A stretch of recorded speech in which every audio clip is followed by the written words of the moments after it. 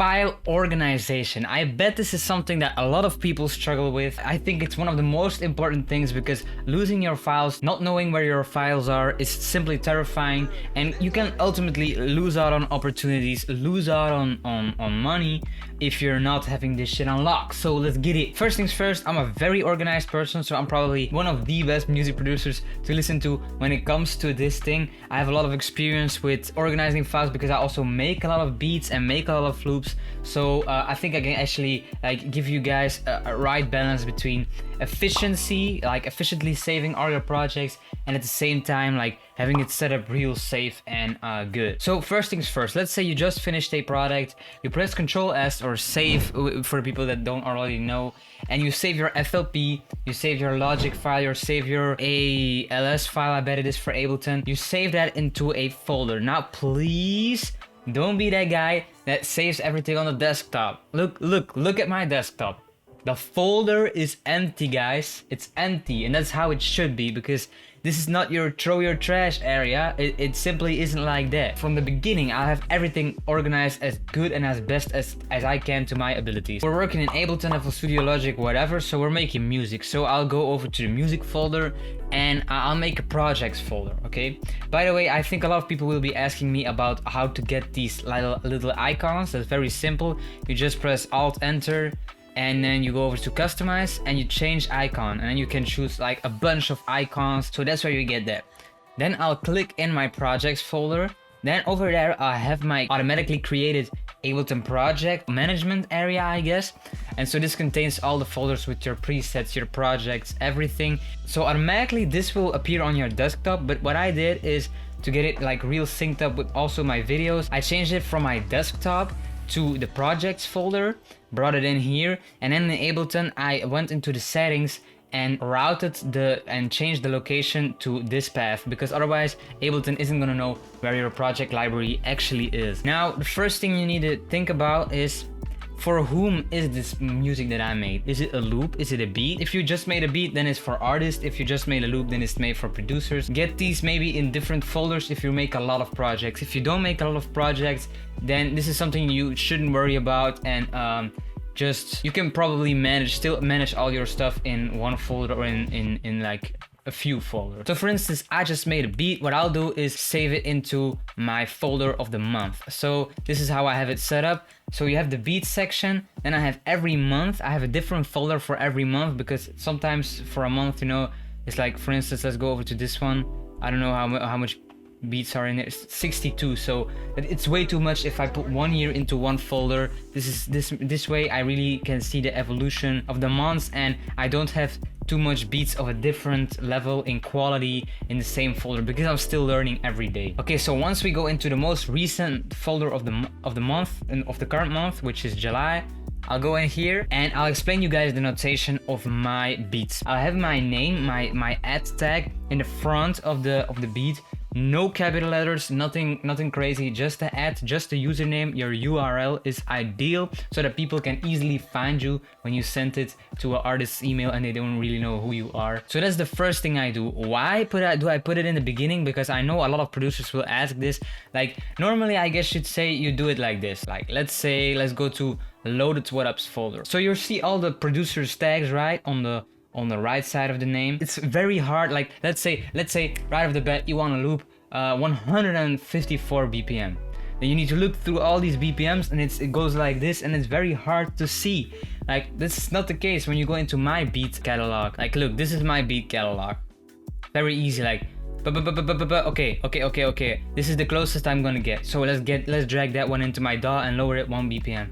See how this goes a lot faster and is very organized, because it's actually sorted on BPM. It goes from the lowest BPM to the highest BPM, which is 193. I'm sorry I'm blackballing Loaded What Up like this, but this is how he organizes it, and it's not you know, it's not easy. Like we have 162 over here, we have 130 over there, it's all over the place. I don't want that when I'm notating my beats. So after my tag, I will just put a little space and like an extra, I don't even know what that's called, but just a little sign. You can do 1_, you can do whatever really. Then the thing after that I will do is I'll have my BPM notated in in three characters. Really easy to have the overview of all the BPMs. It's also really interesting because you can see like, oh, this month I made like so much slow beats, next month I'm gonna make fast trap beats, or the other way around. You feel me? It's very easy. Then after that, I'll just have the name of the beat. You just realize that in some DAWs there's some problems with like underscores and all those kind of accents and weird characters. For instance, in FL, I know that if you put like 2 dots on a letter, like for instance, I'll do it over here,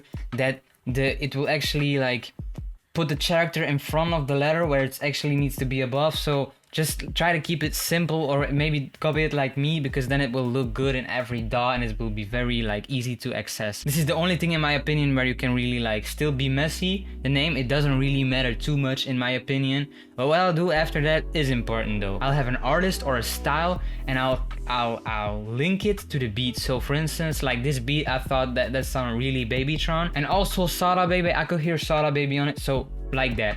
That way, if an artist comes over and the artist says like, yo bro, I've been on this Sada Baby wave, like you just type in over here Sada, for instance, Sada, boom, you get your Sada Baby beats, or like I don't know, R&B, like press R&B, boom, you have your R&B beat. That's as simple as it is. You feel me? It's very efficient, and you can make use of all the opportunities you possibly get. For loops, there's one thing I immediately like change, because a lot of producers, they have favorite keys, like for instance C, D, because it sounds really good with their particular 808s they're using. So what I'll do is I'll have the BPM, because that's still the most important thing that's gonna change your vibe the most. So I'll put the BPM in front, and then I'll put the root note of the loop after that, after a space. Then I'll leave one space if there ain't a sharp or a B. I don't know even how to say that in English, but I'll leave space for that, so you can see that over here. And then I'll put min for minor, I'll put my for major, and I'll put like PHR for Frisian. You feel me? When I'm collabing with other people, I'll put my name in the first like you know what I'm saying, like you know what I mean.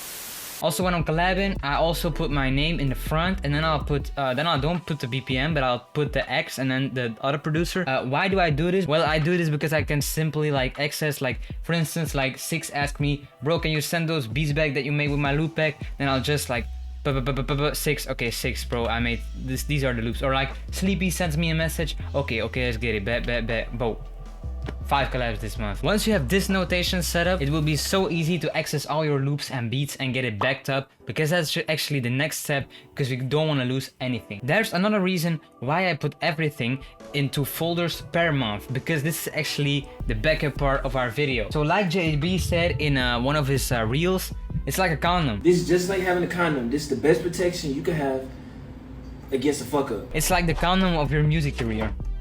These motherfuckers save your ass. Like, if you get a virus, if you get your I don't know, someone shot your computer in the studio, these motherfuckers will save your life, I swear. So what I'll do here is I'll rack these up to my computer. I have 2 because I want to be extra safe. Let's plug that in. What I'll just do is I'll open my hard drives and I'll go copy all the beats from the past month into the parallel folder I have on the hard drives. So like, let's open the elements, and I'll open this folder, which is the export folder. Now I'm gonna make this a little bit bigger. That's what she said. And what I'll do is I'll just drag it over to whatever place I want it. Like for instance, like, well, boom, just leave it, boom, it's copying your files. You feel me? Very easy, very orthodox. This is how you should do it. Please don't be that guy that deletes all his files off of the hard drives. I think this can actually hurt your hard drives, because you're actually, every time you back up, you're deleting everything, and it's like really heavy on drives. They will get very hot. So just try to do it as efficient as possible. Okay, so boom, now I have everything on the 2 hard drives and I'm all set. No, you're not set. Because what happens if one of your friends left his burning joint and your desk is on fire, everything is on fire, your house is on fire? You're done, boy. You're done. All your 3 hard drives are burned to the ground. You don't have nothing. So you still have to make an online backup. Now, online backups is a tricky thing, because you can actually have to pay like a lot for storage. But what I'll just do is I'll drag it up to a service like Google Drive, where you have 15 gigabytes. And the only thing I'll back up over there are my beats and loops. That's the only thing. And my workflow presets. It seems like a hurdle, but it isn't really too much. and you can also like listen to your beats on your phone on the go, so that's also really nice. Don't let it phase you, the fear of losing all your files.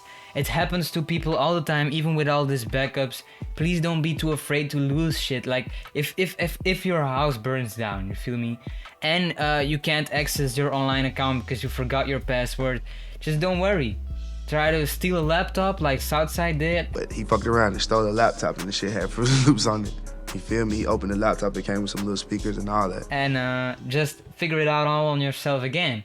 Like the beats you'll make will be way better than if you'd like be depressed and not make anything at all after that. So really just don't stress about it and don't steal. That was just a joke, by the way. I assume you still have some money left in the bank. I hope so. You won't lose me because I'll be keep making these videos. And yeah, let's fucking get it, boy. Next video, bye. Just like any other grown man, you're gonna need to have these condoms when you're going to work. You feel me? You don't want to have an unexpected fuck up.